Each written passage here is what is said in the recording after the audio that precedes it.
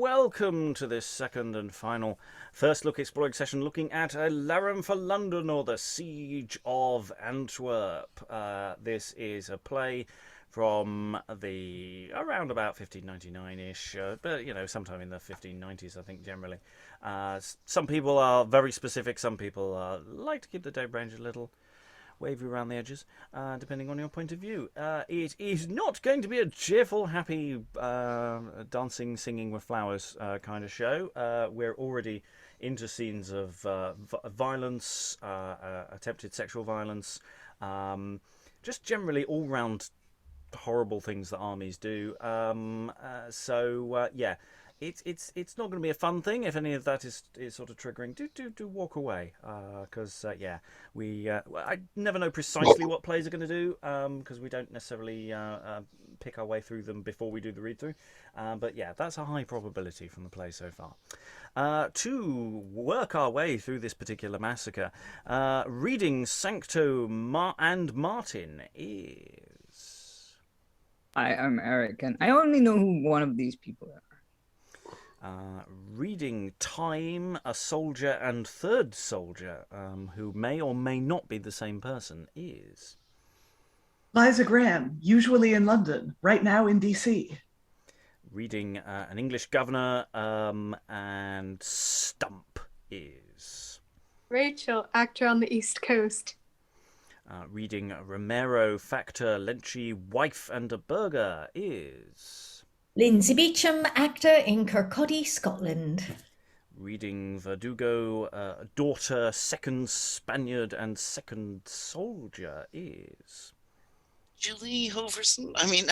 Julie, podcaster, audio dramatist on the West Coast in Seattle. Reading Cornelius, citizen, first Spaniard and first soldier, is. Hello, this is Tom from Brighton. And reading Alva, Godfrey, captain and mother, is.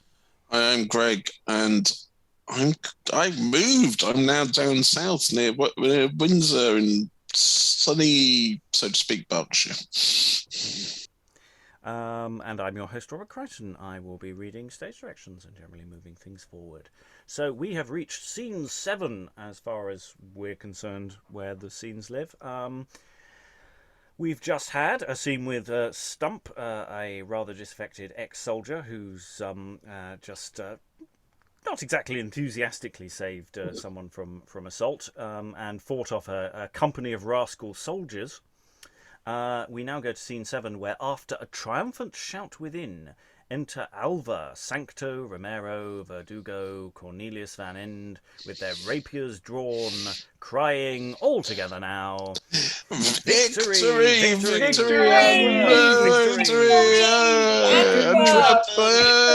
Yes, O valiant lords, this music likes me well. Now may we boldly say the town is ours.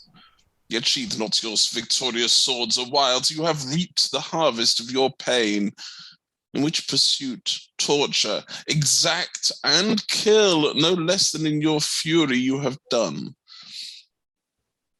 If the proud Antwerpers do survive, lay not their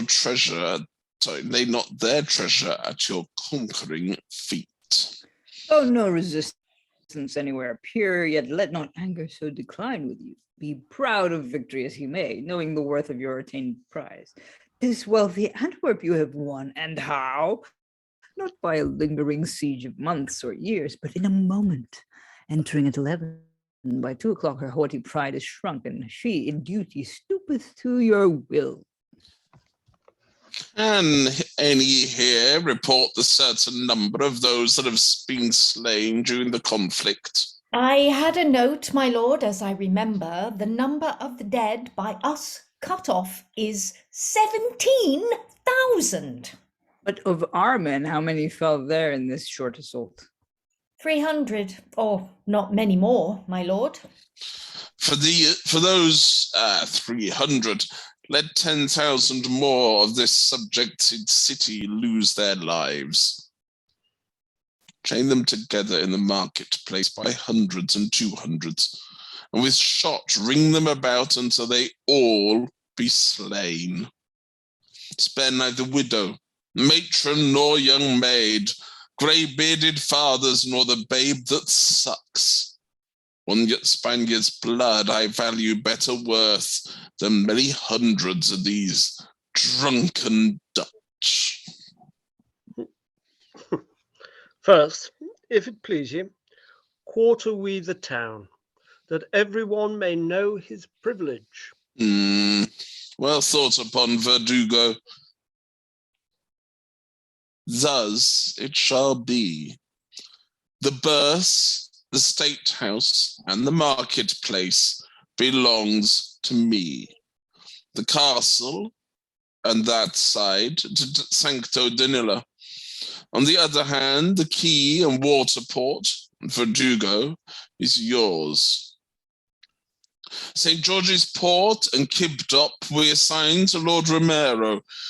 And for you, Van End, the north part of the city, Venus Street, remains the subject of desired spoil.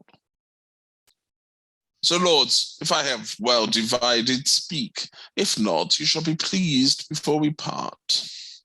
Your lordship hath discreetly cast our lots, and for my part I do accept of mine. So doth Romero. And Verdugo too. And I no less than who is the best content. About it then, be everyone as quick in rifling of these rich burghers as he was in the assault. The world may talk of us as well for valor as our quick dispatch. My soldiers and myself will straight begin. And exit Sancto. And mine shall follow. Exit Romero. I'll not be behind. Exit Cornelius. What will Verdugo? Enter English Governor and Godfrey. Not be idle long, but who are these so saucily intrude? Who are ye? Speak, that like unbidden guests dare tempt the patience of insensate Alva. We are of England, Castille's general. Of England are ye? What, although you be back slaves unto the door from whence ye came, and on your knees solicit Alva's greatness, if you do look for mercy at his hands? Back when he bids you, now down upon your knees, and crawl unto his life. Verdugo, drag him by the long-tailed beard. Alva doth scorn to wait upon their leisure. Come forward with a pox. Now speak your mind, and speak discreetly, lest you speak your last. This cruelty is more than we deserve, and more than we expected would be shown. Tax ye me then with cruelty so soon? You shall have cause. Offers to strike. Nay, hear them speak, my lord. What can they say to shield themselves from death? Nothing, my lord. If in your angry spleen you have already passed your sentence on us. But would the Duke of Alva cool his rage, and mildly hear us, we would say, my lord, that England's league with Spain, King Philip's word, passed to our gracious mistress, were enough to warrant all the lives of any such as are her subjects in this wretched town, and not their lives alone, but safe protection, both for their goods and money. But if now your highness hath commission to break the holy contract with your king which your king hath made, we must be patient and abide the worst. Why, what art thou that standst upon the league? Governor, my lord, of the English house. Sarah, you challenge the virtue of the league, yet understand not how the league is made. So long as you converse not with the foes of royal Philip, nor withstand his right, you are exempt the rigour of his scourge. But being here in this rebellious town, you must partake of the punishment they feel. We are not here, great lord, to join with them in any bold confederacy of war, but for the traffic which all nations else as well as England, have within this place. Why left you not the city then, perceiving we meant to call their duty to account? We had no sign of any such intent. You cannot so be quit nor so excused. Therefore provide before tomorrow night to bring us on to 40,000 crowns for ransom of your house. Or if you fail, both goods and lives shall all be forfeited. So much we are content to yield unto, because we will not seem to break the league. Alas, my lord, 'tis more than at this time our goods and money will amount unto, considering that our credit by this trouble is quite cut off with any of the city. Shift as you can. I vow to have no less, and at the appointed time. Exit Alva. Consider of it. His favor is great in giving you such scope. And exit Verdugo. So is the cat that dallieth with the mouse, but in the end her pastime is his death. We must provide, the Spaniard's thirst is great, and better that we quench it with our gold, than let them swallow and carouse our bloods. I prithee, Godfrey, try thy friends abroad, and any money that thou hast bring forth, that we may make the sum which he desires. Do the best I can, though hard it be to find a friend in this extremity. And they exit. So, yes, we've got some splitting up of the spoils here of the city, breaking it up into units for people to ransack at their pleasure. We've got the allocation of 10,000 more people to be killed after 17,000 so far. So that's cheerful. Then we've got the governor of the English House has popped in, has been captured, and he's sort of going, well, look, we're neutral, nothing to do with us. We're in the cities, it's fine. And they've been fined 40,000 crowns, which they're rather desperately now shifting to find. So, yeah, if anyone had any doubt that this was all about money, on top of everything else, there's a lot of that going on. Thoughts on the room, as we've got sort of back into the zone with this. Silence reigns. Liza. Okay, well, we have a casualty figure of 17,000 here, but obviously the real victims are the English, right? Who are being so cruelly held to ransom by the evil Spaniards. It's interesting. It'll be interesting to note going forward how this play centers English victimization as part of the political polemic nature of it. Yes, I think there's been some hints of that already as part of the narrative. Not necessarily forefront and centre, but it's relations with England have been mentioned, I think, last time. So, yeah, I think there's going to be a bit of that. Eric next, then Lynsey. Yeah, they kind of went, well, you're watching, pay attention. If you're English, this might happen to you. Or, well, if you're in London, basically. Someone's been paying attention to the title of the play. But yeah, it's kind of weird to, I don't know, just kind of very, like, after we got the sort of zooming into Stump and that sort of very personal, personal scene.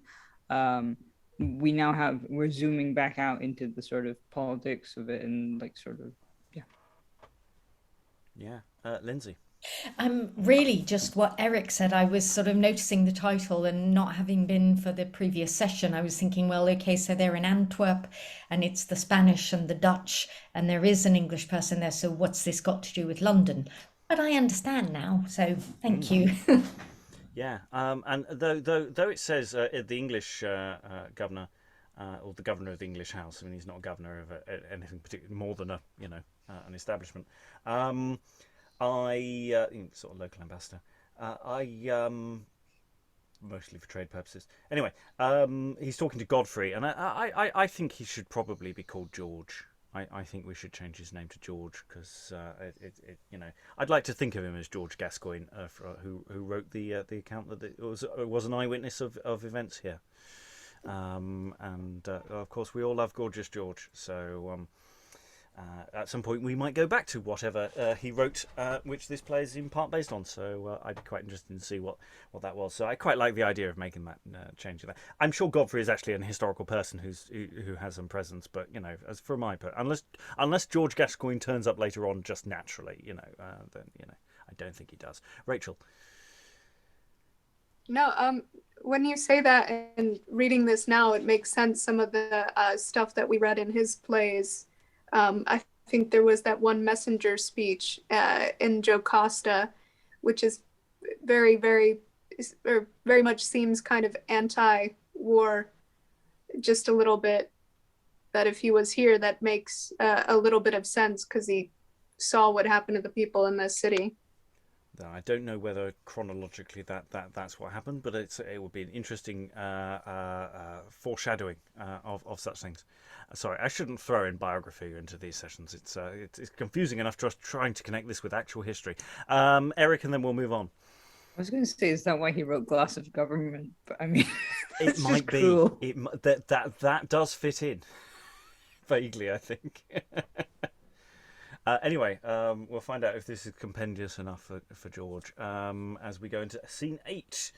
Enter Sancto Dinilla, an old citizen, and some soldiers. Let not your rough entreaty so molest the soul of him whose spirit already stoops. Under the heavy burden of weak age, you have my treasure. What more can you crave? Thy life, if so we please, there yet remains a jewel of more worth than all thy wealth, which like a miser thou didst hide from us. Thou hast a daughter whom, till we enjoy, all pity that proceeds from us fits here upon the sharp point of my scimitar. Where is she? Speak. Slain in this tumult. What other being than her grave, my lord, can be supposed she hath? Torture the slave. His guileful heart that studies to conceal my dear heart's treasure shall be forced in sighs to publish what his stubborn tongue denies. Thou hearest, old fellow, trifle then no longer, but show him where thy daughter doth abide. Why pauses he on my bidding? Let him die that doubles with a Spaniard in his will. Hear ye, my lord? Not any whispering noise, nor any tittle doth not bear the sound of beauty's sweet fruition to mine ears. My daughter lives, but not within the reach of my command. A nunnery in the arms of her religious peaceful privilege doth clip her silly frightened virgin's life, from whence, my lord, she cannot be recalled. Bear art upon thy tongue that may unlock the gates of that enclosed sanctuary, and first entreat. But if entreaty fail, then use command. If neither will prevail, then yet so thou shalt not cease, but in the cords of violent fury drag the damsel thence. My soldiers shall attend to thee to see it done. If thou shrink, their weapons' naked points may gorge thy sides till thou bleed out thy life. I would that sacrifice might end this life. Away with him. Right. Love faints through cold delay. 'Tis Dinilla speaks, and what he will he weigh. Enter a factor. Of whence are you? Of England, noble lord, a factor to a London merchant here, who, having tried my friends and strained my purse to make my ransom, am now carrying it to mighty Alva to redeem my life. What value is it? Full $500. Is this the utmost penny thou can make?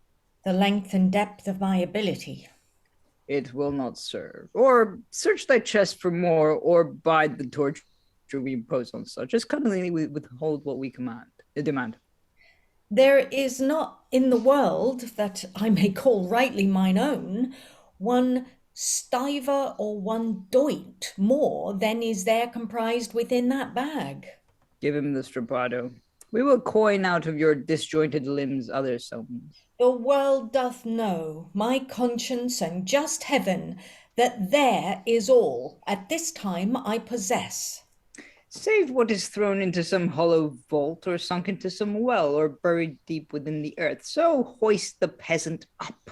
They hoist him up, and upon command they will let him down again. Now let him down.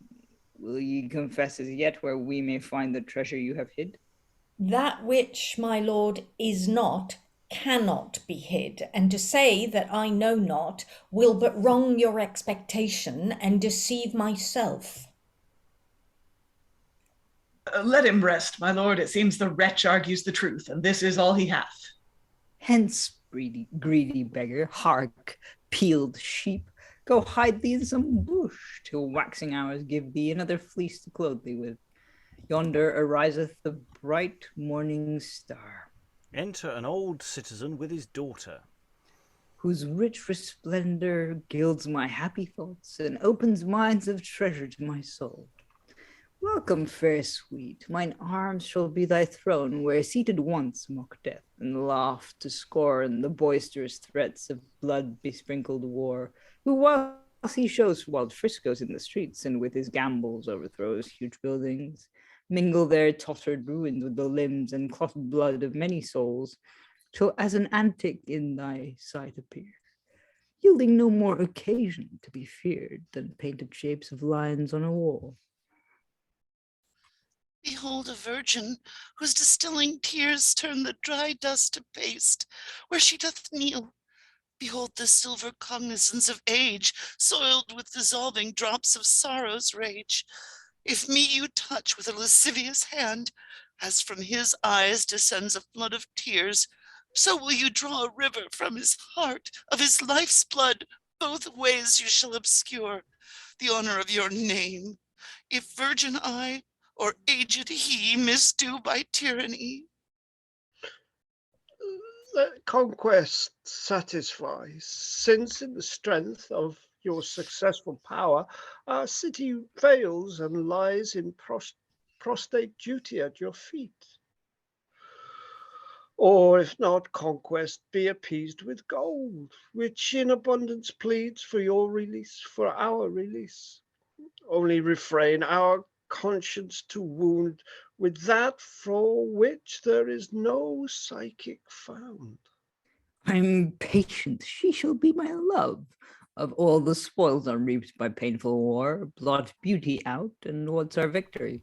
But as a banquet without company. and there is an A Larum. Enter a soldier. Arm you, my lord, and to the fight again. A crew of straggling soldiers lately vanquished have gathered head, and in the heat of rage give fresh assault. The leader to the rest is a lame fellow that doth want a leg, who lays about him like a devil of hell. A troop of muskets guard this damsel hence, and to my lodging see her safely brought. There's an A Larum again. Why stir ye not? Environ her with shot, whilst we extinguish with this shower of blood this late enkindled fire. Begone, I say. It is impossible to pass the streets, they are so pestered with this brain-sick crew. And hark, my lord, except you mount betime, the clamorous tumult draws so near this place, both you and we shall be surprised by that. Is there no fortress near nor house of strength where I may leave my love till this black cloud of swollen hostility be overblown? Not any, good my lord. Lead on your troops. Then rather than another shall enjoy what Danila held in his esteemed in his eye, here it began, and here my love shall die.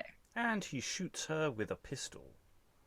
Another stab her father, both combined. By nature's laws shall end. And stabs the old man, and they exit. Quite a catalogue of tortures. There's a bit when the citizen appears at the beginning. I'm sort of wondering, is there some torturing going on while he's talking to Sancto at the very top of that as well? To persuade him to talk. It's sort of, it's not quite fully inferred, but it feels like, because we then have the strappado coming up afterwards, it feels like this scene wants to work through a number of torturing options here, of which we would have more if it wasn't for what we can assume is Stump fighting a rearguard action against the invaders. So yeah, this is after the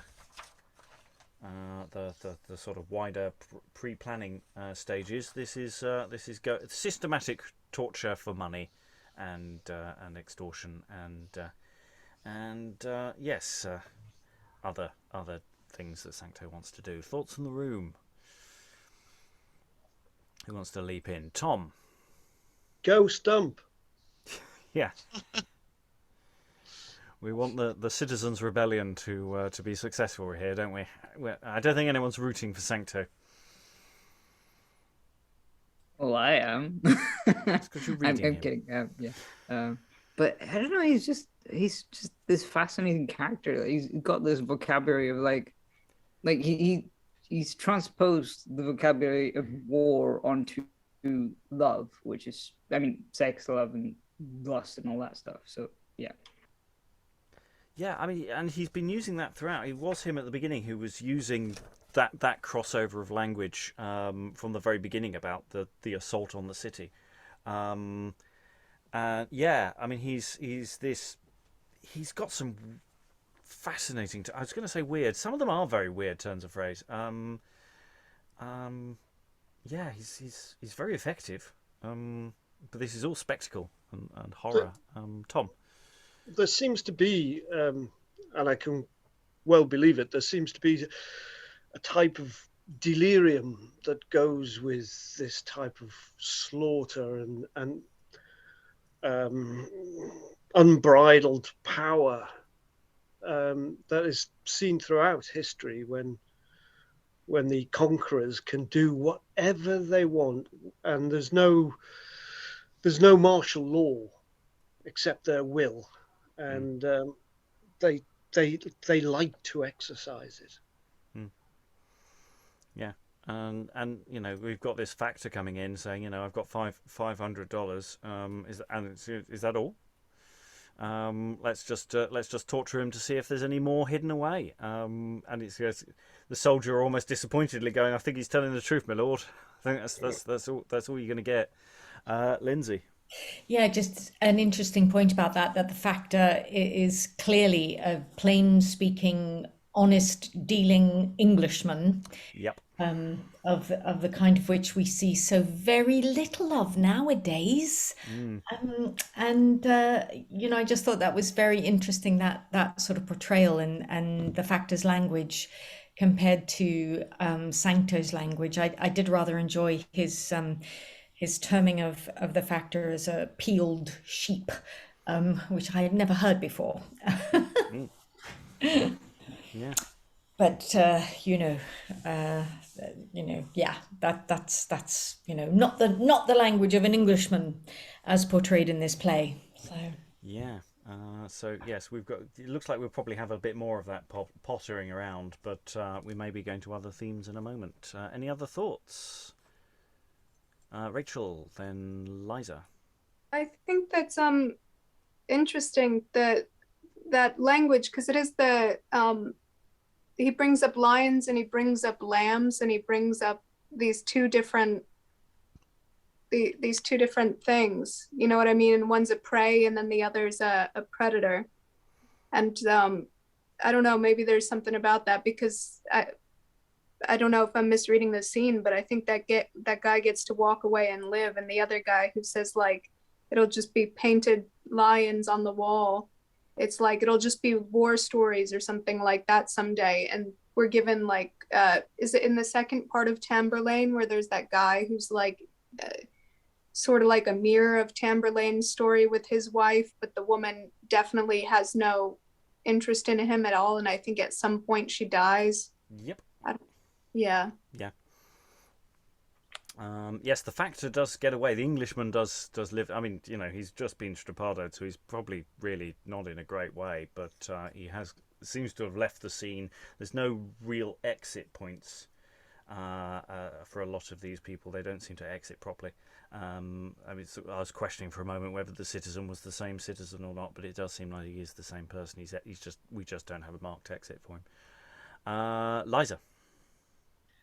Oh yeah, just the lust of Sancto Danilo for the daughter, and his insistence that her father even get her out of the nunnery. It sort of reminds me of the biblical story of Sodom and Gomorrah, where some biblical dude, I forget which biblical dude in particular, is in the town, and he's got a guest who might be an angel or something, and people from the town gather outside the house saying, let this stranger out, for we would know him, as in, like, we would like to have sex with the stranger, please let him out of your house. And of course we all know what happened to Sodom. So it seems a bit like, of course, that was specifically a biblical anti-queer story, and this one is heterosexual sexual assault. But it's a really, I don't know, I thought it was an interesting parallel. Right, we're going to gather some more data as we go on. We're going to read the next couple of scenes into each other. Scene 9. Enter. He gets a name. At last we get a name. Enter Lieutenant Vaughan, a.k.a. Stump. So his name's Vaughan. And I assume that was his rank prior to this. So enter Lieutenant Vaughan and Captain. It is not Antwerp quite bereft of life, so long as we two breathe to stand for her. Nor shall her ransack pass without some right of just revenge.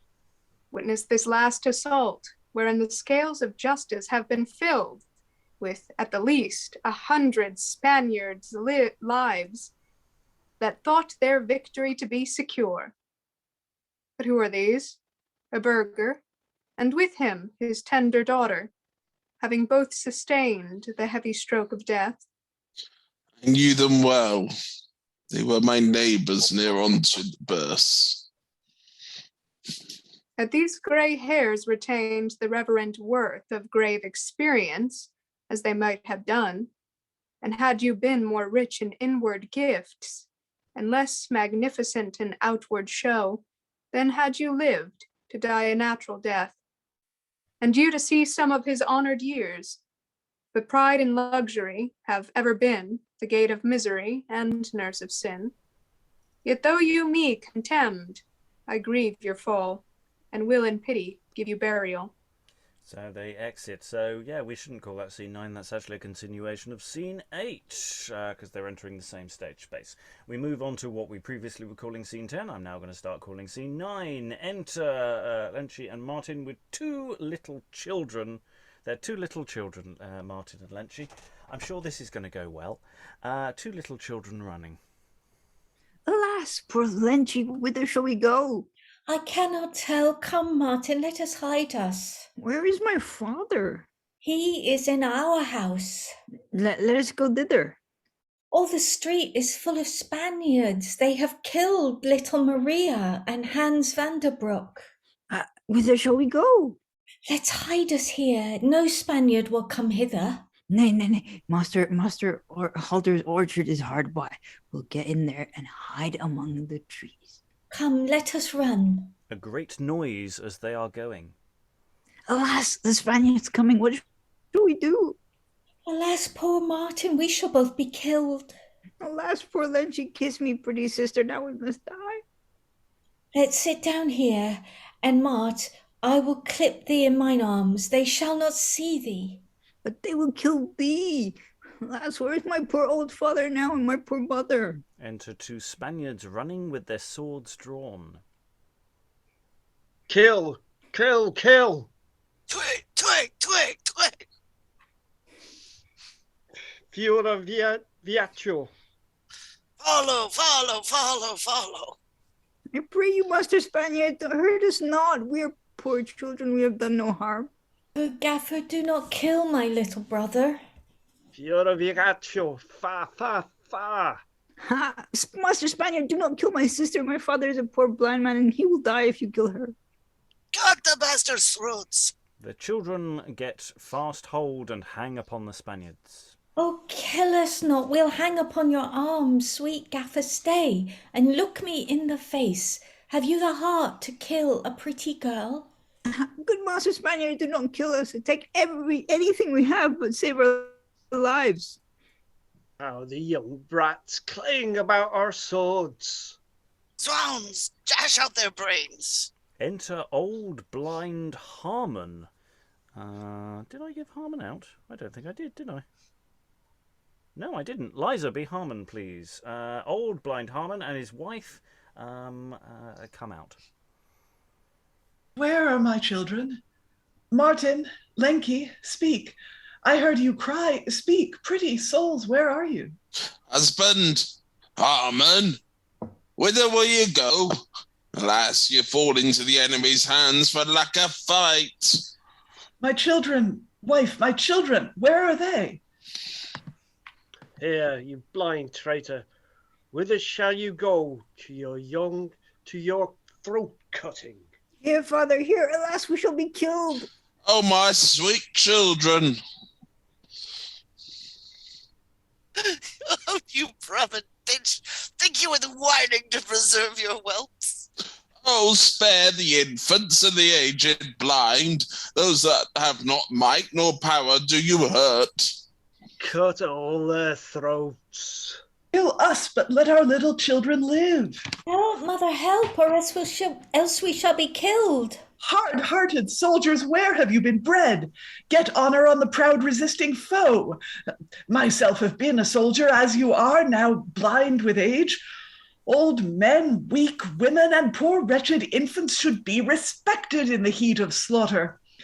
Oh, do not this foul injury to arms. Let my poor babies lead me to my grave. Where are you, my poor children? Father, here. Where art thou, Lenchy? Here, poor father.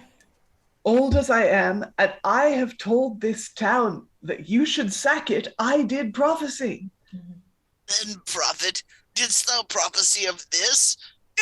And stabs the children. Ah, bloody Spaniard, thou hast slain my children. Bitch, thou art railing. Take thou this. Stabs her. And this? Stabs him. Get you together with your damn brats. Oh, cruel Spaniard that doth spare no age nor sex, oh, where art thou, wife, and my poor little children? Falls down. Their blessed souls in Abraham's bosom rests. Their bodies lie betwixt thyself and me, by whom me these pretty wretches were begot. Oh, let me join my freezing lips to thine. Now farewell, Antwerp. Say not we did fly. With thy fall, old, young, and all must die. And they die. Presumably. It's either that or they quietly drag themselves off, trailing.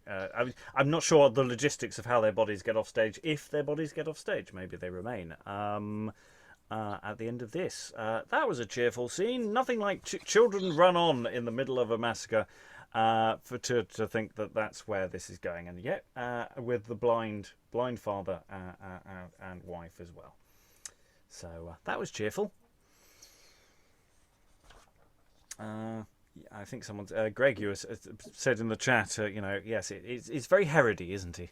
Yeah, I was just suddenly, and as I think I said, I think we probably the big scene, small scene thing has now gone a bit by the wayside.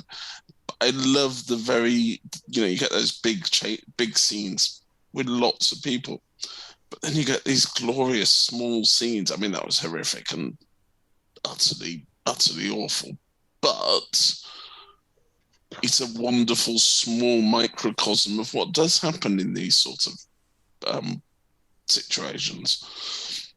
Yeah, and it's this.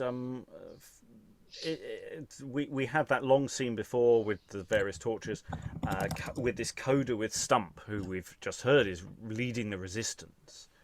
So we meet Lieutenant Vaughan. He's coming in, and he's doing what he does best, which is commenting on, philosophically about the wider awfulness of it all, and the captain saying, "Yeah, I know these people that whose bodies are here."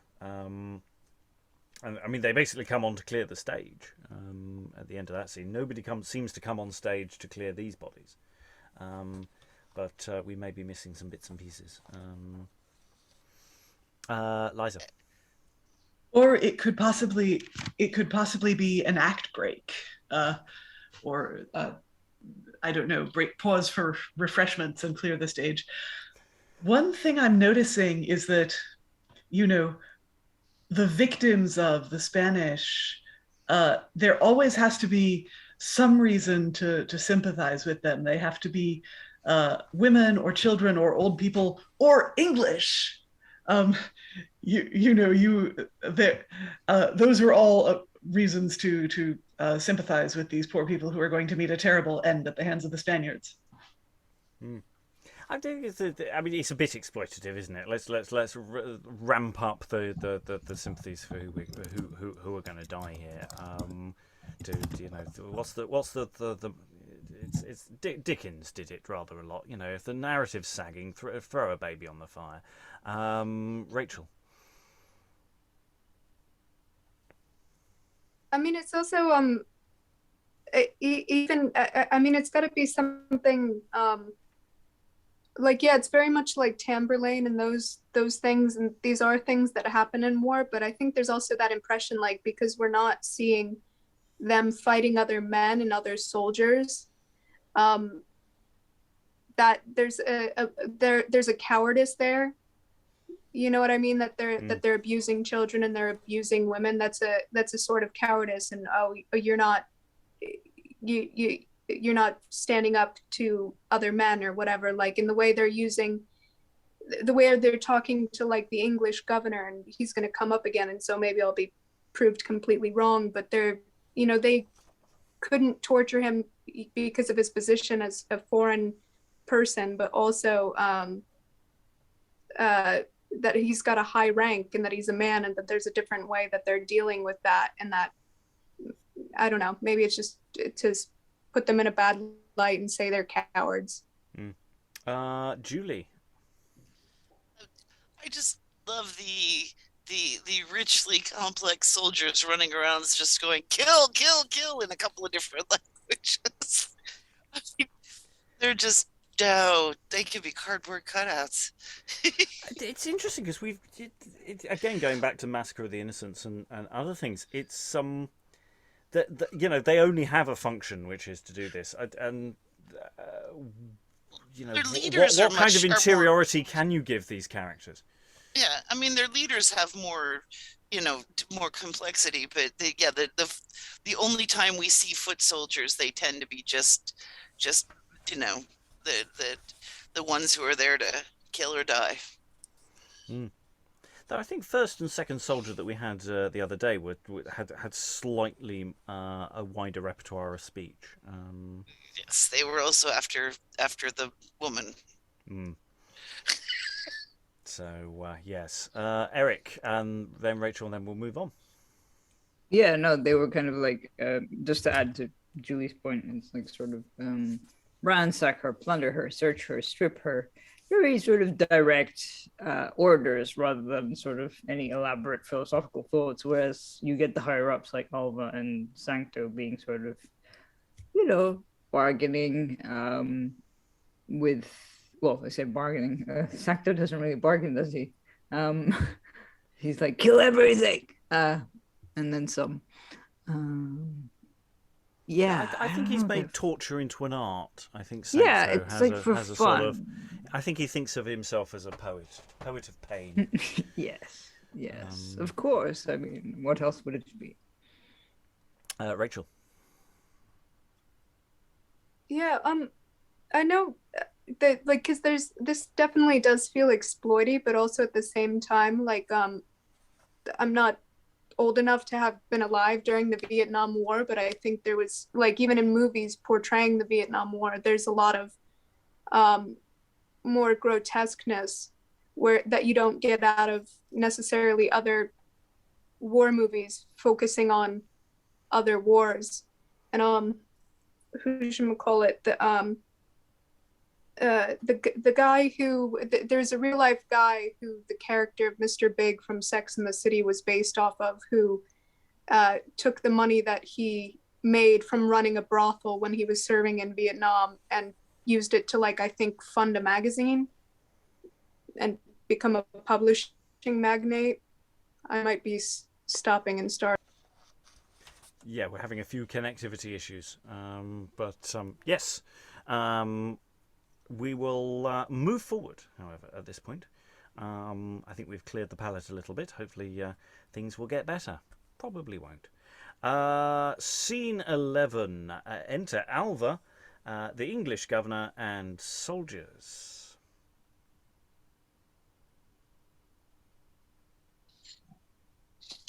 Think ye to purchase freedom at this rate? Some thriftless prodigal bestows in wine or spends in dalliance on his courtesan 5,000 crowns. Is it like your store affords no greater plenty? Either from your chest that's well with surfeit of your avarice, rain down a larger shower of fruitful gold, or tender flowering pity ne'er will spring. I do protest, my lord, beside our plate and household furniture, this is the sum of all the wealth at this time may be found within the English house. And is not plate good booty for soldiers? Have you that, and dare ye yet plead needy poverty? Oh, go fetch it me, or presently I'll send a crew of such sharp carvers to your gate as shall anatomize your panting hearts, to fill their conquering hands with wished spoils. The league with England gave us better hope. Exit the English. Oh, talk not of league nor England. Nothing found in our wars music that can better please the sense, unless it have the cheerful sound of clink clink gold. Enter Factor. What's he? Examine him. If he brings gold, free passage have he. But if empty be the hollows of his hands, or cannot point by demonstration or express by speech where it is fled, in this tempestuous storm, that we by hugging it may banish fear and burnish her pale cheeks with firmer red, let him have that belongs, the torturing cord. Excuse my want that have already paid to Sancto Danila $500. Why not as much to me? I have it not. Alas, my lord, consider of my state. I am but a factor for another man, yet of those goods committed to my charge have I made bold, so much as I have said, to free my life from further prejudice. How art thou free when Alva is not feed? I hope, my lord, one ransom will suffice for one poor life. That ransom let me see. 'Tis paid, my lord, to Sancto Danila. Oh, that which he has is his, and none of mine, unless thou canst transform us, and of two make but one person. Go to. Trifle not, but show me how I may be satisfied, or bide the peril that ensues thereon. More satisfaction than I have, my lord, I cannot give, howe'er you torture me. Oh, that we will try, if rope and gibbet hold. Let him endure the punishment he needs will wilfully impose upon himself. Oh, that you would at once with ruthless steel carve up my breast and let my blood suffice to quench your thirst for that I cannot give. Oh, God. So let him down. Stand off and give him air. Speak now and tell us where thy coin is hid.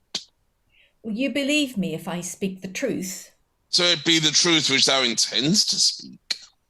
As I do hope, this troubled soul of mine, which now is ready to forsake this flesh, shall find a resting place with my Redeemer.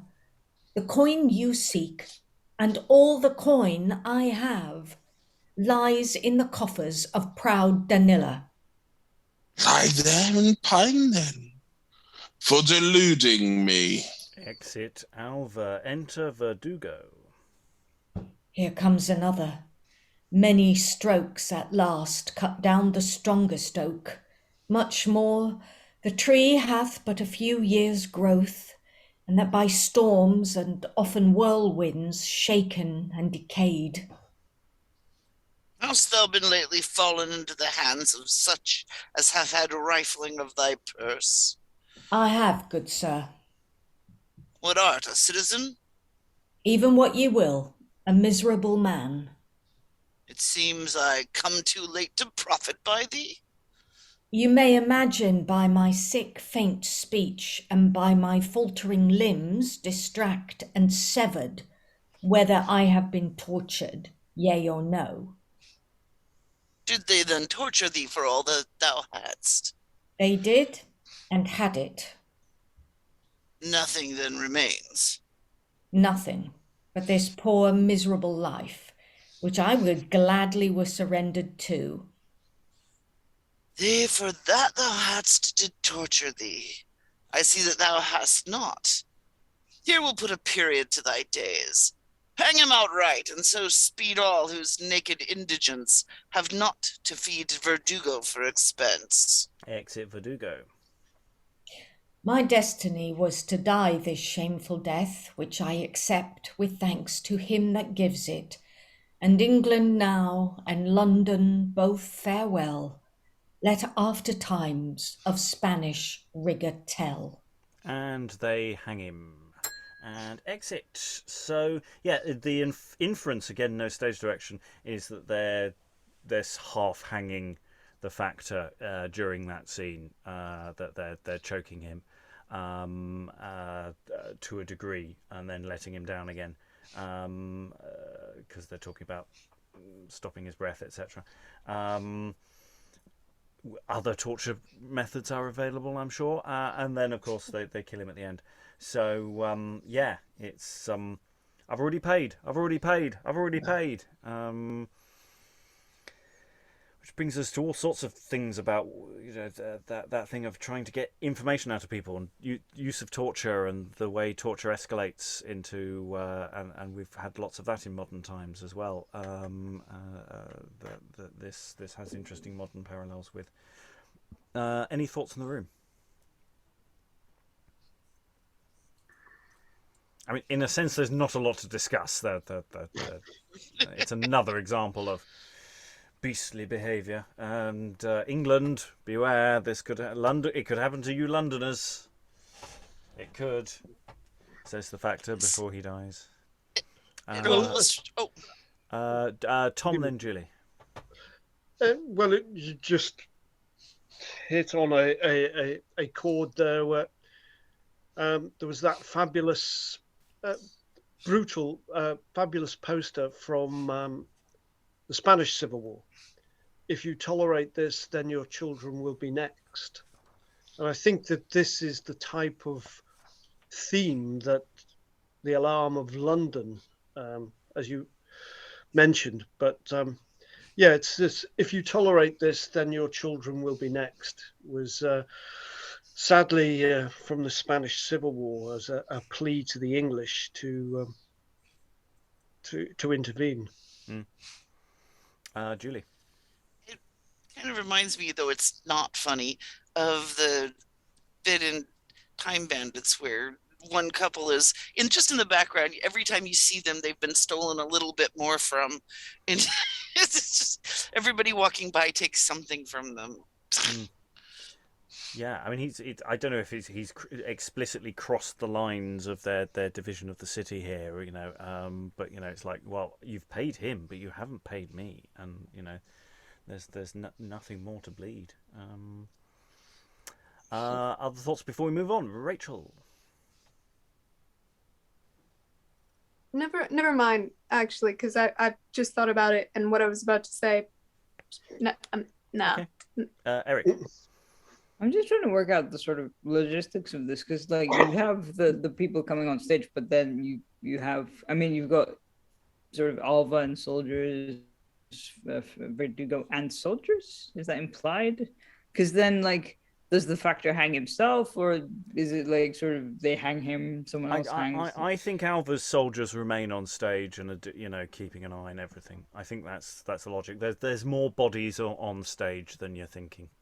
Yeah, that's why I was wondering, because otherwise it becomes a suicide note at the end of that, which is, I mean, understandable, but also, yeah. This is the thing, is there aren't that many, named characters, or you'd think, that have any substantial weight to them in terms of actually being characters. But I don't think this is designed for a small company. It seems that, there's an awful lot of business that people are doing all the time.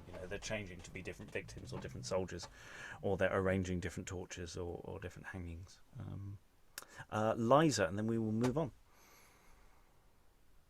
You're muted at the moment, so.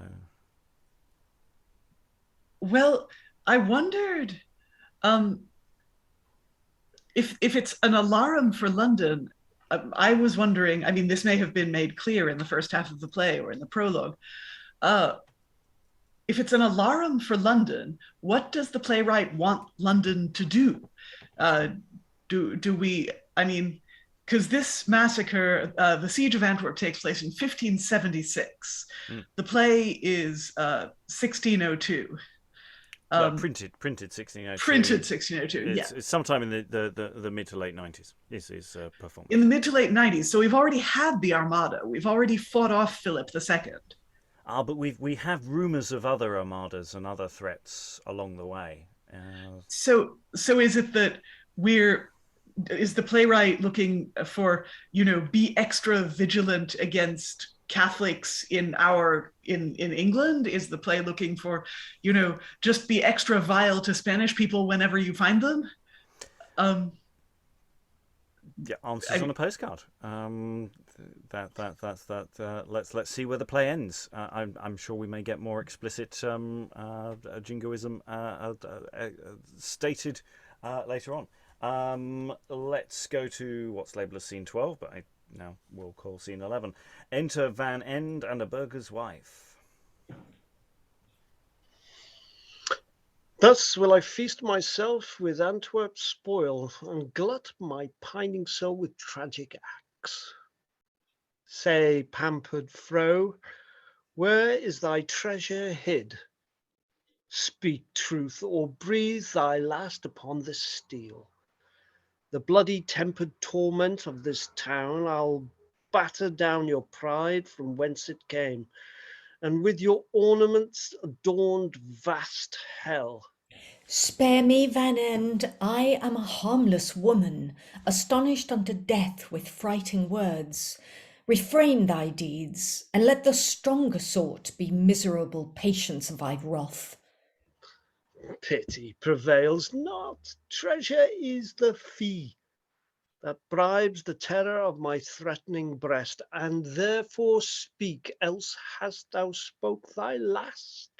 Within that vault lies all my wretched wealth, my gold, my plate, my jewels, all are there. Then there that heap of glory lies for me. Which is the way? She pushes him down. That is the cursed way. Go, thou accursed, into that shade of hell, the image of that everlasting night, where thy damned ghost must dwell exempt from light. Enter Stump. What stir is here? What discontented rumors send second message to my dull-struck days, accustomed to the screeching yell of death? Lady, What grievance? What is there to do? O gentle soldier, heaven hath got me triumph over that hell-born fury, damned Van End, that sold the beauty of this famous town and ravished Antwerp for her maiden joy.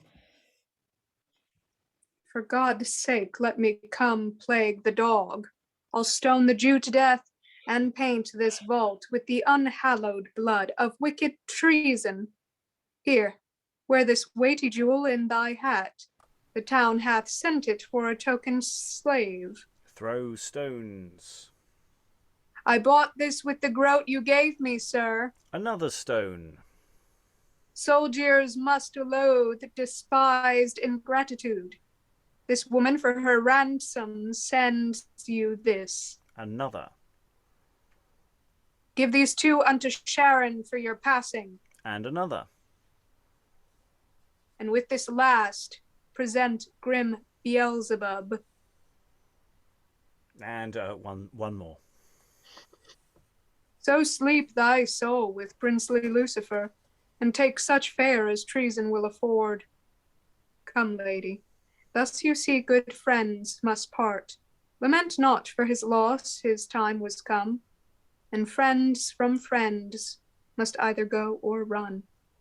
And they exit. We're going straight into the next scene, scene 13, or more probable 12. Enter 3 or 4 soldiers. You see that all is lost, all spoiled and sacked. What think you the best course to get away? Is there no place of strength nor hope of safety?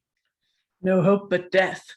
For 3 days being past since they first entered, now being in cold blood, the Spaniard is as hot in execution as the first hour he entered in the town.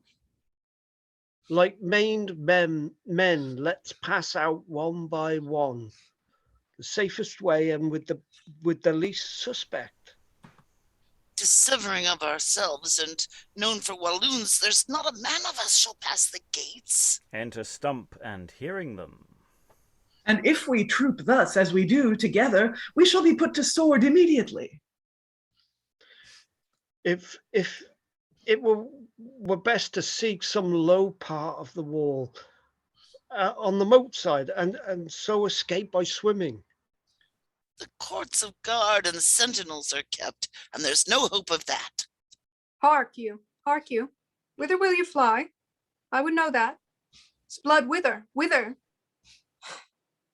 Where will you be relieved? There's not a town dare receive you. The Spaniard has all the country. You cannot straggle a foot out of the walls, but your throats are cut. What have you to carry with you but your scurvy notched limbs?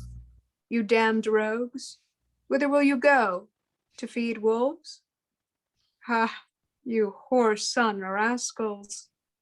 And though these villainous burghers have, by their own security, been the destruction of the city, a pox on them, yet it will be laid to our charge, because we were in it. By the mass, the old lieutenant says true. It will be so indeed. You are all Walloons, but in the miserablest case that ever poor slaves were in. For you see, that if any man hate a man, call him but a Walloon, the Spaniards cut his throat, what countryman soe'er he be. Nay, it is very true, it is most sure. The Dutch on the other side, they hate you worse than devils, because the Spaniards entered where you kept the trenches. Villains do, questionless, nay, it is certain. What will you do then? Here's my poor Stump and I have stumbled through 1,000 shot, and yet we halt together. There was never one poor piece of timber has been so singed at it as it has been. It's blood, it has been 4 times a fire under me, and yet we scramble together trotting. You'll be starved every mother's son of ye, and worried with dogs, and yet you'll fly. Why, Lieutenant Vaughan, what would you have us do? Die like men. What should we do? if there were any hope of safety. But there is not. There is not. Lieutenant Vaughn, lead us, and we'll follow you to the death. We'll not forsake you to the last gasp. Yes, I'll halt before you. Follow me as straight as you can. Yes, and cut some of their throats before we die. They say the Spaniards and their whores are at dice upon the change. I'll lay my wooden leg afore them, cast at it who will. Enter the captain. But who stands there? And the next line should probably be the captain's line. It is Lieutenant Vaughan, as I take it. Lieutenant, what news? What news, quoth our captain? Where have you been? I took the friary to escape the Spaniards. Well, I have seen the day, captain. You had rather been a cutting throats than at a mass. 'Twas not devotion drove you to the place. So, captain, the world is turned. Do you remember the groat they offered me when you came to train soldiers? Give him a groat. I have since that seen their mistress setting stick lugged by a lousy lackey, as naked as a new shaved water dog. And Lord, why went you to the friary? Why to the friary? What should I do when the poor Walloons fighting at the trenches, the Spaniards entering on the counterscarf, and not a soldier sent to second them? Great swollen-bellied burghers get brown bills as to drive rascal beggars from their doors. The madding people, so amazed with fear that turning head with every little noise, stopped up the entrance of the streets with throngs. But when Count Egmont, Havre, and the rest called to the burghers for supplies of men, the uncertain murmur of the multitude increased but the confusion of the town. The villainous and dastard recreant Almains kneels to the Spaniards, calling down their arms. Those Almains, they cried, "Live, Spaniards! A vengeance take them. They were called High Almains, but they are low enough now, for a number of them are cut off by the waist. You may call them blanched Almains, and you will, for their guts are blanched about their heels. By these disorders of witless townsmen, perceiving that the Spaniards would prevail, what should I do but shift to save my life? Captain, your life's in as great danger now as ere it was. The Spaniard is as cruel in cold blood as ere he was. Oh, captain, where is Antwerp now? It is my native place. Where should I then be free? If made a slave, where I was freely born. There's not a town almost in Brabant now that gives a man the safety of a night. What should we then do living? Have you and I seen that we have seen, and come to this? If you reserve the courage you were wont, of a brave soldier and a gentleman, let's do something yet worthy the talking of. I have won a company of poor hurt soldiers, yet able to wield weapons and to fight. And we will follow you, live or die. Love life and love death. Through Alva's quarter. Why, bravely spoke. If you will take such part then as we do, help me to lead these straggling companies, and will amongst their quarters ere we die. My hand and heart, and do engage my soul. Why then come, lads, or this is resolved like men. If we must go, we'll go together then. And they exit.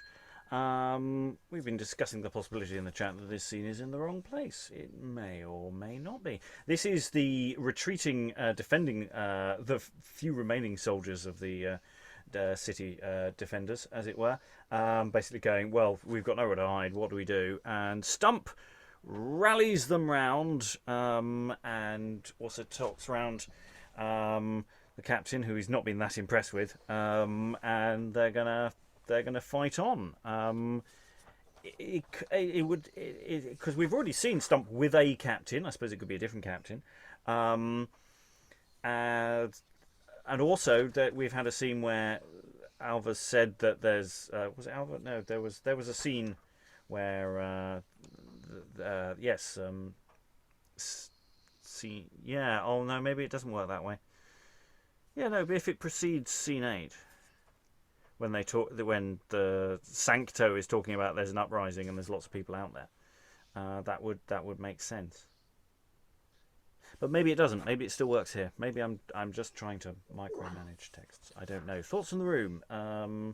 There seems also to be, just about the text itself, the scene itself. You know what's going on there there. seems to be first, second soldiers were. In the next scene, they're Spaniards, and the previous scene they were Walloons. Yeah, we've got the different scenes. The soldier names are not being very specific in this script. I think we do need to differentiate which script is whose, as it were. Yeah, I mean, the soldiers do seem to be different soldiers fighting for different sides at different times, although that's just me on a first reading. Yeah. One pictures the actors darting off stage, frantically changing hats and tabards and darting back on. Yeah, I think they need color coding. Julie. Yeah, I was going to say something about that as well, but I think the late scene rally here works because if they rally too early, we don't get to see the desperation doesn't work of so many people being killed. I mean, you're talking about moving the rallying scene to earlier, and I don't think it needs to, but. Which it means that the captain that Stump is talking to earlier has to be a different captain. Oh, because it's already stated earlier that they are rallying and fighting back. This would therefore, set that up for going when the other people. But it might not be. It could be a totally different person. He only says 2 or 3 lines, so it could be anybody, a bugger, basically. The term captain, soldier, first soldier, etc. They're also movable in this script. They don't really mean anything. But yeah, it just seems odd. It does sort of work. You're right. I quite like the idea that they're now preparing themselves for a final stand. In that sense, it works rather nicely here. Rachael, then Eric. Or I mean, you could leave this scene here, or you could move it back up towards that other scene with the other captain, or you might be able to take that scene with the captain and Stump, or if it's another captain, I don't know, and move it back right in front of this scene if you wanted a later rally. So then you have them see the bodies of the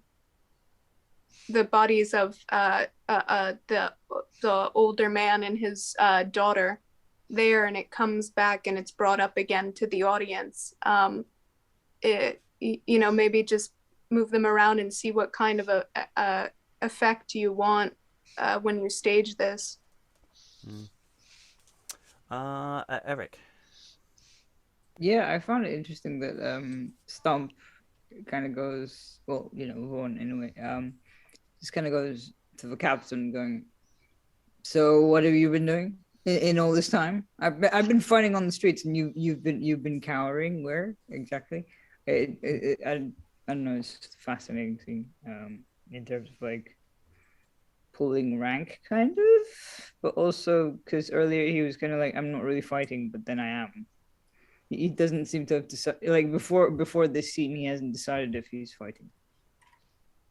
Well, I think the difference here is, because he's talking about, do you remember the groat they offered me when you came to train soldier? Do you remember, how we ended up in this situation? It's doing slightly different job there, especially as Stump is really bitter about the whole not being paid thing and not being looked after post whichever previous conflict they've been involved in together, etc. Rachael, then we do need to move on. Yeah, this scene, instead of moving it up, I think I'd really like, this is my proposal for moving the other scene back further in front of this, and that Sancto's not, is leaving to go fight somewhere else, but we don't have, it would just leave on the note in the middle of the 2 bodies on stage and the terror he's just inflicted. And then if these scenes were coming later, it would be that not just the turning of the tide of battle, but the restoring of order, and then you get the sort of what do you call it, last rites coming out of Stump for these two strangers later on, that and kind of play with the audience a bit and leave them thinking that there's not anything that's ever going to be brought up about these people again, and that these are just two victims, and then give them some relief later on when not our main characters, but one of the only, I don't know, not one of the only named characters, but the guy who is kind of our through line through this, comes and says some sort of half prayer for them. Right, we need to move on to scene 14 or 13, depending on how you want to do it.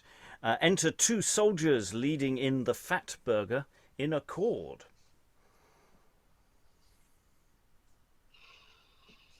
Confess, ye slave, where hast thou hid thy money? Or we will hang thee on a gibbet straight. That ever I was born, gentlemen, believe me, I have no more than what I told you of, some 1,000 guilders in my counting house. You have no more, then? Not as I have faith to God and to the safety of my country. Then hang him presently. Nay, courteous gentlemen, as you are Spaniards famous for your acts, let me not die. The rogue would flatter us. Sirrah, imagine 'tis too weak a key to tune our hearts to. When the cries of babes, screeches of distressed women and old men have not prevailed to qualify our rage, let us dispatch him. Gentlemen, but hear me. If thou canst tell us where thy treasure's hid, or else forever let thy lips be dumb. Alas, would you have me lie? Stay, fellow soldier. I have bethought me of a pretty trick.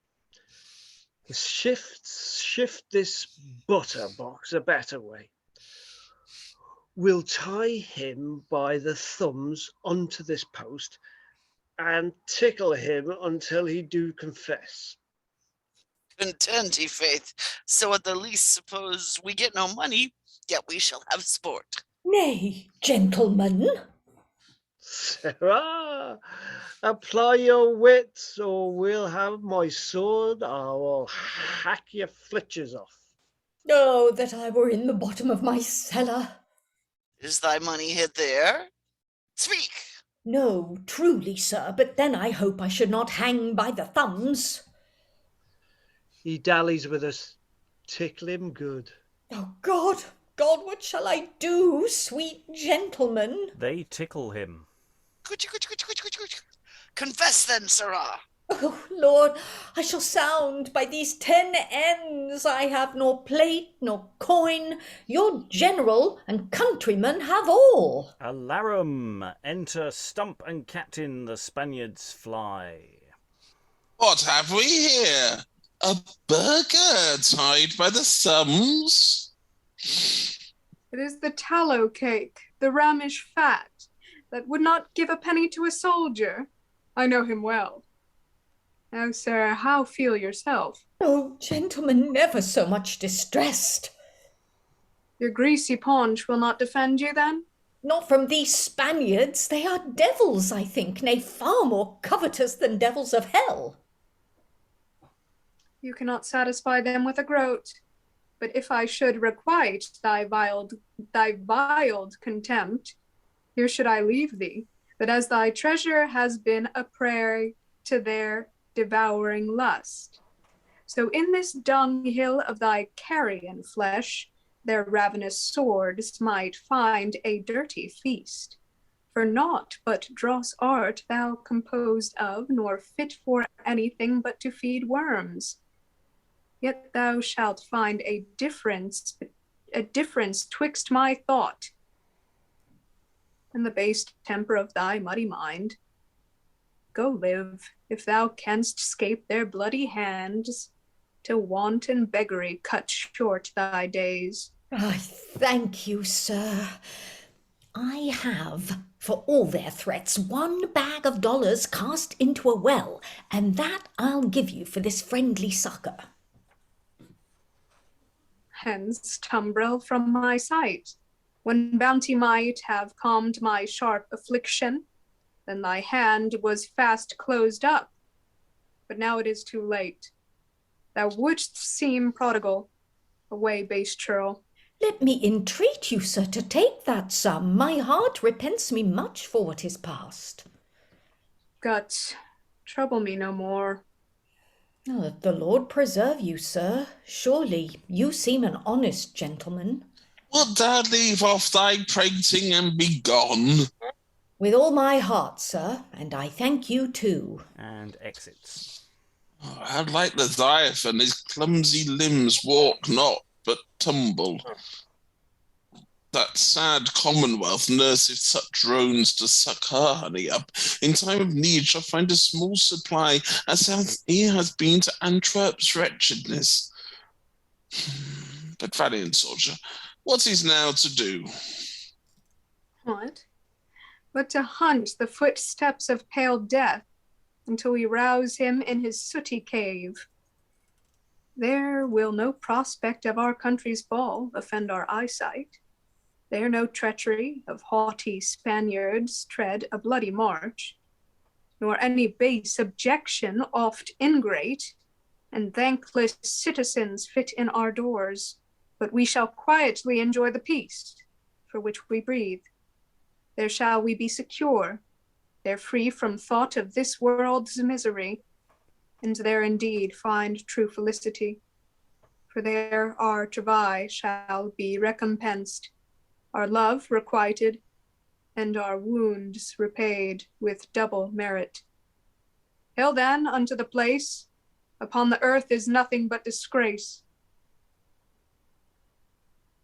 I fly with thee, true honourable mind, and we together will that mansion find. And they exit. They're going straight into scene 15. Alarums and excursions. Enter Stump and Captain Bloody and Wounded. See, Captain, now I have it on my breast, the honorable cognizance of death. This purple river from this weeping font more glads and quickens my decayed spirit than ever crystal spring in heat of summer. The weary traveller his strength revives to draw out tedious hours still on earth, but mine doth flourish to possess anon the blessed haven of eternity. I trust I shall be there with as much speed. My passport, I do think, the Spaniards has sealed as deeply, and my journey laid with no less easy travel to be there. See if thy bleeding wounds can speak to me, mine can as fast make answer unto thine. Let me embrace the sweet affinity, like in our lives, agreeing in our deaths. But what do I behold? Thine eyelids faint, and the warm touch of thy desired cheek begins to freeze. Wilt thou anticipate those joys before me? Gentle captain, stay. There's but a minute that divides our hopes. Oh, he is dead. May his departing soul usher my spirit above those fleeting clouds. Death, why delay'st thou? Set thy lazy hand to the divorcement of my loathed flesh. I am prepared. My penitent, sad thoughts have long ago washed my contagious sin. The blood that I have spilt, the blood that I have spilt, the massacres procured and practiced by this hand of mine, heaven lay not to my charge. For though my sword was never drawn but in a rightful cause, yet much misprision hath attended it. That, and all else, this sigh craves pardon for. Mine eyes were ne'er accustomed to tears. Let it suffice, these wounds do weep for them. Antwerp, farewell. If thou have done me wrong, this latest gasp sends pardon from my tongue. There is a flourish. Enter in triumph with drum. Colours and soldiers, Sancto Delilla. Now, war hath wrapped his bloody colours up and sheathed his fatal sword with his, we ours, prefixing truce to our laborious arms. This city late of christening the fame for wealth and glory now remains the map of sad destruction and perpetual ruin. Her streets lie thwacked with slaughtered carcasses. Her houses that before were stuffed with pride are left as naked as the wilderness. Oh, in remorse of humane clemency, my heart methinks could sigh, my eyes shed tears, to call to mind and see their misery. But they were wanton and lascivious, too much addicted to their private lust, and that concludes their martyrdom was just. Hold, one of you, to convey this serious letter to warlike Alva. Tell him, as he willed, after my forces lodged in garrison, I'll meet his grace at bridges, and from thence acquaint the court of Spain with our success. Pray God the tyranny expressed in Antwerp, like to the speaking clamor of a trumpet, speak not our deeds before our own approach. My lord, behold, where there lies the mangled body of those who two fierce assailing Barbatas, that all this while kept us at such a bay, and when we thought the town was won, procured so great a deluge of Iberian blood.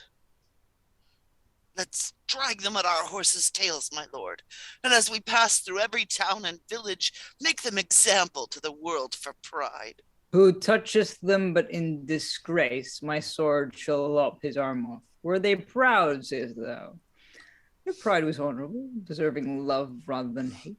Nay, we should do them right. Had they been strengthened with convenient aid, we had been beaten from the town again, and made exchange of conquest, which subdued that there never lived two more heroic spirits, that for their country have deserved as much, to be renowned, as ever Curtius was, or Roman Decius, or the two valiant cocks. They, for their country, could but lose their lives. These have in equal service done as much. Take up their bodies of 10,000 others reft by our swords and left unburied. These two will we in person see interred, and do them right, the law of arms requires.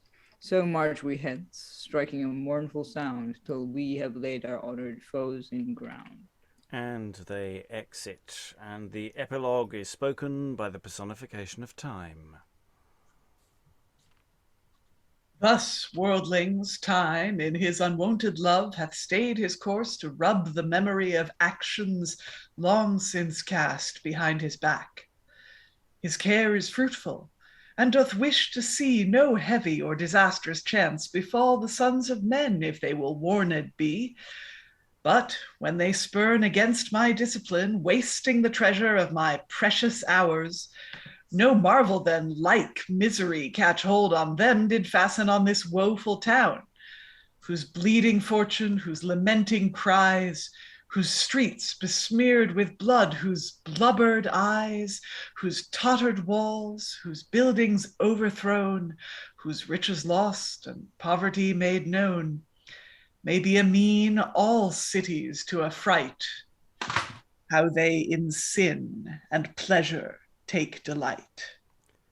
So Antwerp was sacked because of sin and pleasure. They got soft, they had wealth, and they had fun. Don't have fun, people, or you'll be massacred.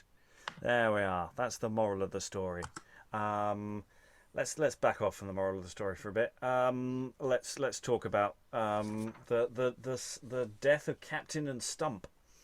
They get a lengthy death scene, and Sancto tells his soldiers, "Okay, we've done a lot of murdering, pillaging, etc. But dragging their bodies with horses? No, these guys were cool. you know, they had honour. Coming from Sancto, yeah. You know, I agree that they have honour, but Sancto saying it makes me feel a bit dirty. Because he's a bastard. So, yeah, and it's one of those things that you can't change history. A horrible thing happened, and you've just watched it. And the bad people seem to have entirely got away with it and lived happily ever after. So there. Thoughts from the room. There's a reasonable amount of stuff we ran through. There's some other earlier stuff we didn't even actually discuss. We didn't actually discuss what happened to Cornelius van End and how he met his end by stoning, which sort of underlines the whole biblical thing even more so. So yeah, thoughts from the room. Who wants to leap in? Julie, I don't know if that's your waving at the moment or whether that's a past wave. It's me. I try to take him down. From a purely audience perspective, that death scene for Stump and the Captain is really good. I was in tears, but I have a friend who says that I'm in tears a lot for that sort of thing. But no, that I can see that really just not a dry eye in the house. I just wish we had more of the captain. When he's got the captain in his arms and he goes, "Oh, you know, you're getting really cold," and you know, and oh, he's dead, and it's like we don't know precisely when the captain dies. It just creeps over, and Stump realizes, and that's really moving. I just wish we had more captain to care more about the captain in that way. It's a real shame. Other thoughts, Rachael? Yeah, I don't know if there was a way to, like, if there's some other minor character in this, if on a second look we could figure out somebody that maybe you could combine with the captain to give him just a little more, if there's like a small enough character that has a that has it that you could be on the side of, even though I don't think there's like tons of them or something. Or maybe if you had him just unspoken in the background during like the scene where it's the Burgher and all the other guys and he's there watching or something. You know, I don't know.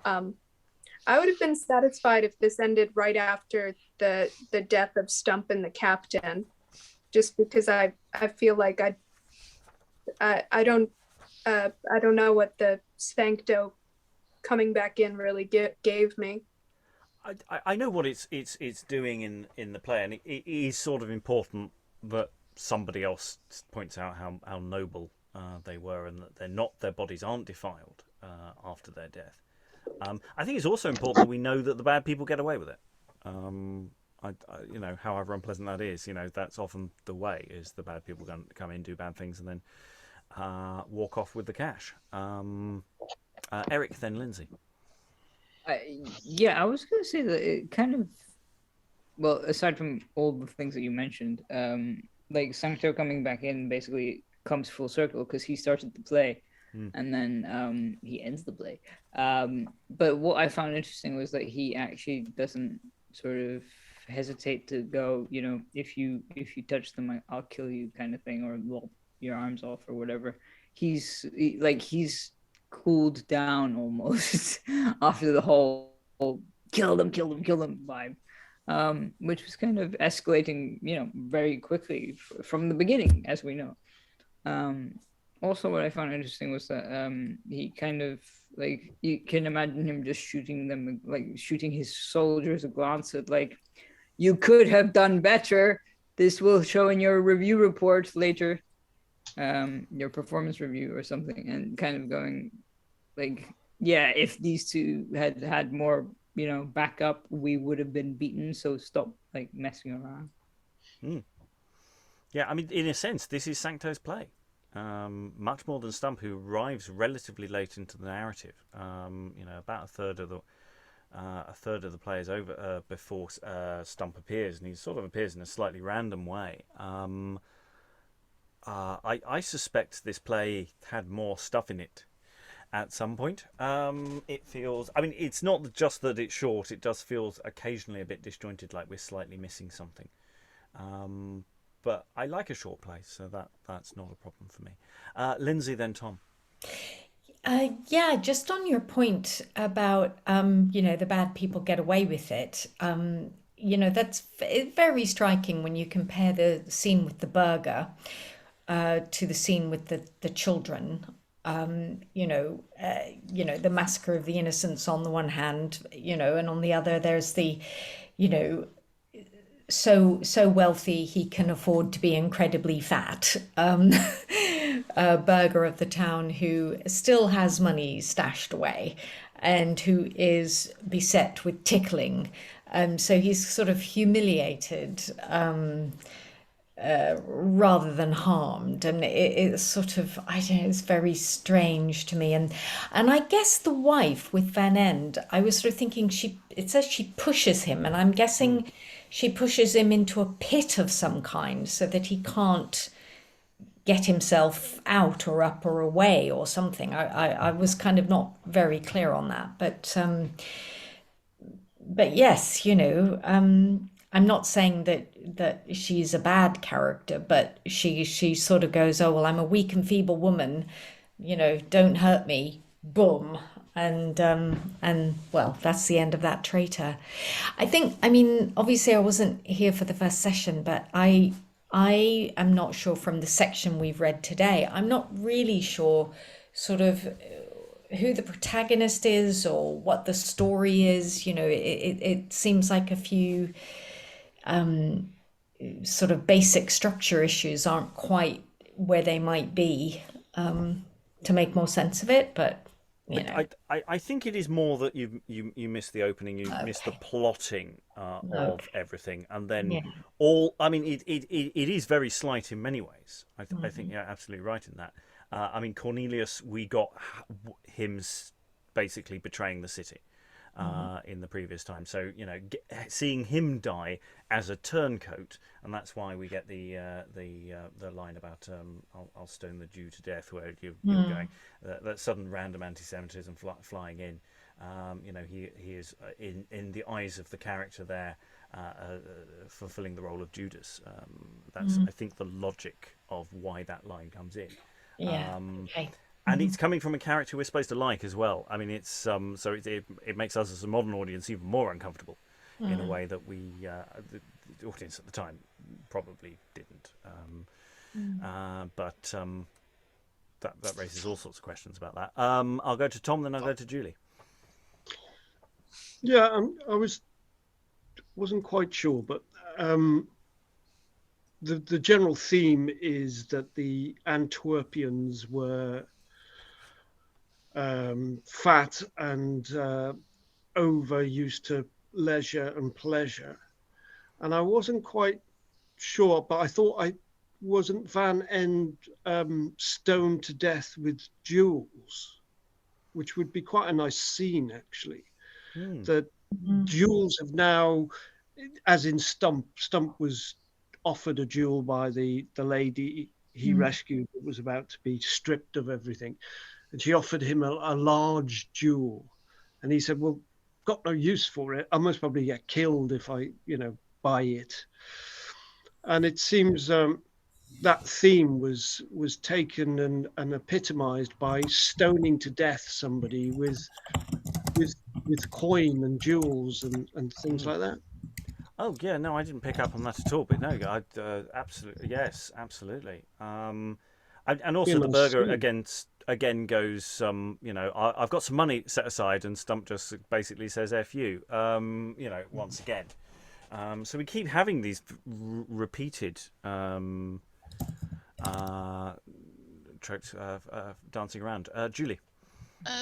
Following up on tickling, I mean, it doesn't have to be, literal tickling, though that can be an incredible torture. But it's also sometimes used as a euphemism for, just poking him a little with the knife until he, just to see what happens. I mean, there's various euphemisms that tickling can follow up on, but they also talk about slicing off parts of him, and so it seems more like a knifey tickling than a fingery tickling. I don't know. There's something interestingly grotesque about the idea of they applying a feather duster to him. It reminds me of certain modern torture techniques where we get told about them in a way that makes them seem more trivial. So taking a prisoner and putting them in an acoustic chamber and playing the theme of Barney the Purple Dinosaur. And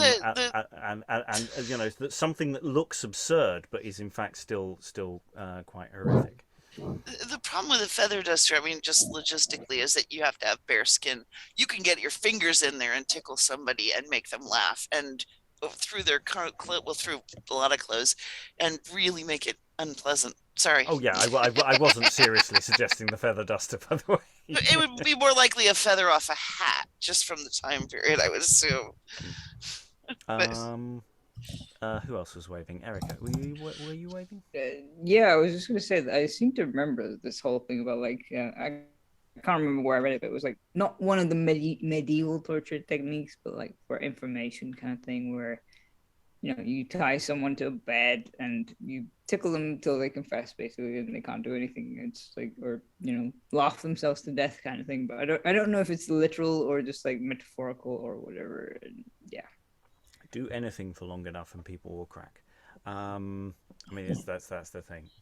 It's a question of whether it's stage effective is the question, which I think you'd only know until you've done it with a few audiences and rehearsed it to see whether that the grotesquerie of it all. They're specifically choosing an overweight personage, so suggests that they've got a lot of surface area to be working from.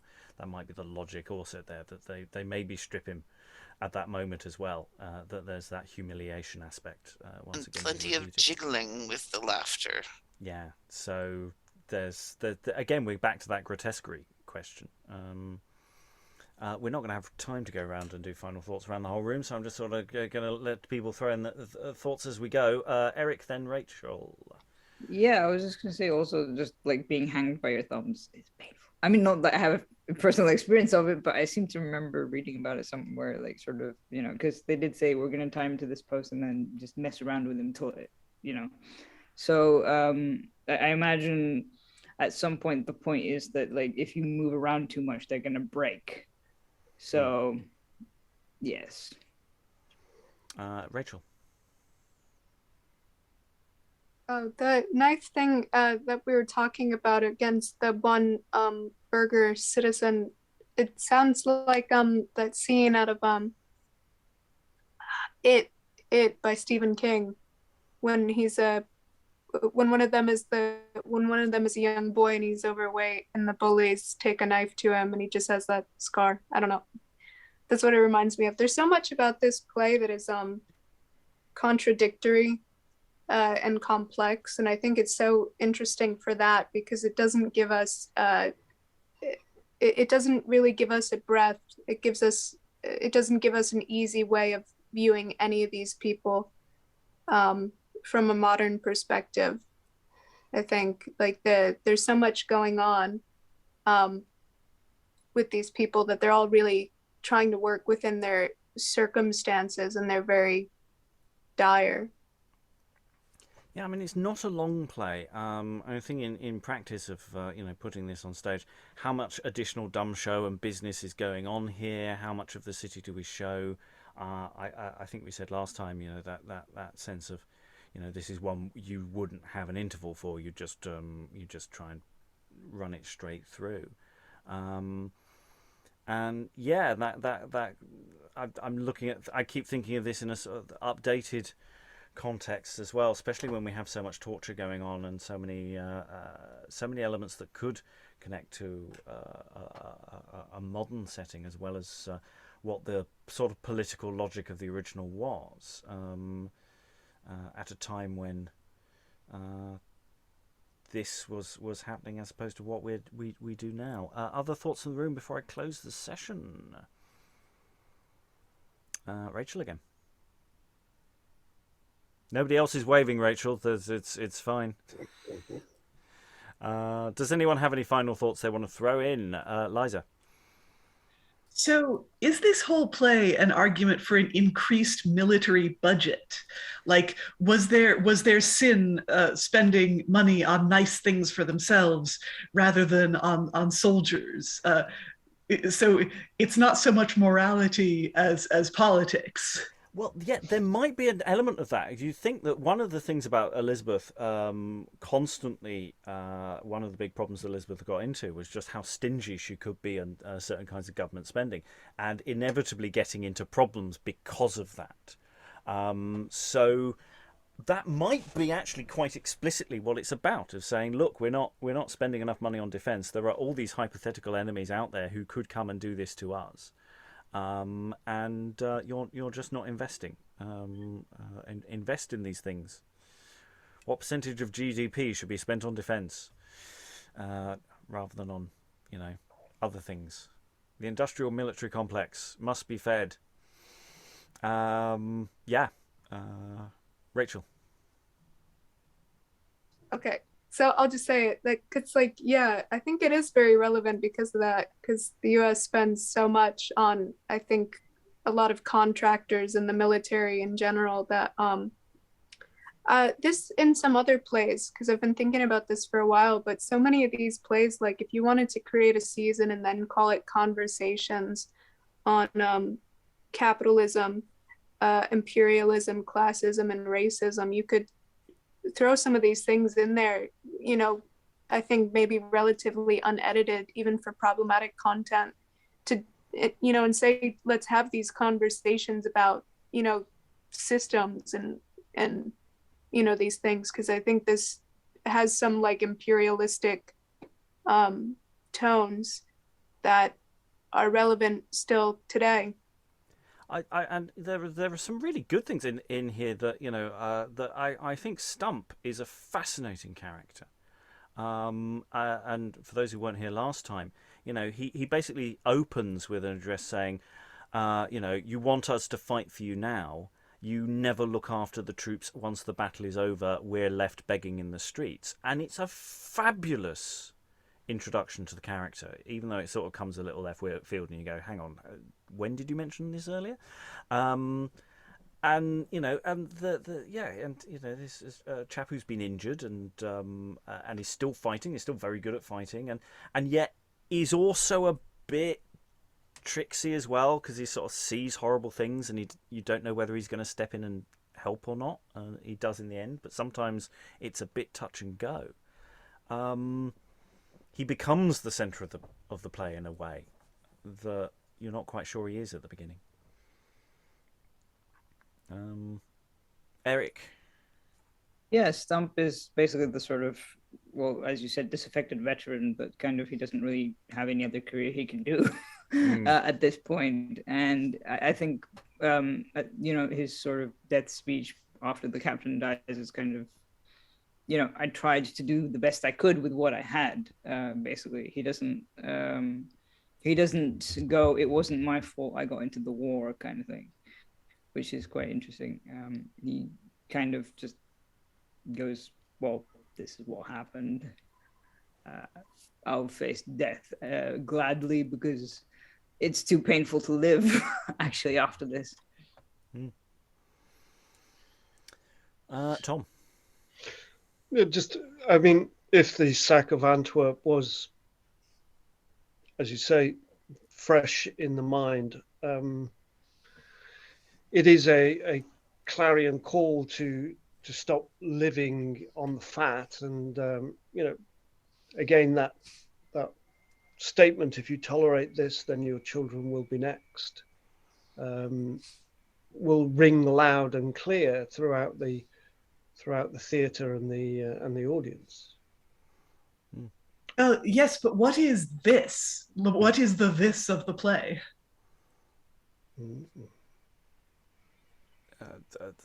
Elucidate what you mean by the question there, Liza. I missed which bit of which this Tom said. Okay, he was citing the song title, which is also a reference to a quote, "If you tolerate this, then your children will be next." And it was the bombing of the Spanish towns by the by the Nazis, and just the sheer brutality of the Spanish Civil War. Yeah. And it was Yeah. their, it was, forgive me, it was the appeal to the English by the Spanish, sort of like saying, how can you sit back and watch all of this? Because if you tolerate this, if you can tolerate this, then your children will be next. Yes, I get that that's the original context, but what is the this of this play? What is this? What is this playwright arguing against the English tolerating? Fat burgers and soft lifestyles. It's probably more of a comparison of a, it happened to them, it could happen to us, rather than, because it's not trying to rally the English to go and free Antwerp. It's more saying, this is where we're heading. We could be betrayed and sacked any day now because we don't have enough, we don't take care of our soldiers. I mean, it's one of the things is, I think Liza's point is the slipperiness of where this play could go, because it could slip in all sorts of different directions as to what we mean by what the money should be spent on, and sort of shaming people for having fun, which is sort of one of the sort of angles that it could go down. Yeah, but it could also go down the anti-foreigner, anti-Catholic, anti-immigrant, anti-Dutch, anti-Jewish, anti-anyone who isn't, basically a strong nativist message, which is the more sinister plays. And anti-immigrant riots were no rare thing in England at this time. Rachael. Yeah, to what Liza said, that also there are parts of this that are very victim blamey. Like, how they say people blame victims when they're raped, but they don't, like if somebody had their watch stolen, they wouldn't blame them. But these people getting their jewels stolen from them, it's like that too. They blame them for their greed for having jewels in the first place. And it's very, and it's not like having things or existing or having any of that means you bring war upon yourself if somebody else attacks you. So yeah, I mean, it's like that duality that exists with this play, I think. Anyway, we are running out of time, so I'm going to close the curtain on the Siege of Antwerp, or A Larum for London, at this time. Lots to consider about the text itself, the potentialities of meaning, what it's doing. I think there's an awful lot of digging into this. The fact that we've had quite a lengthy discussion afterwards always gives me hope, because that means that multiplicity of readings is possible. All that remains is to thank all the wonderful readers for their wonderful reading. Thank you very much, and goodbye. Guts trouble me no more.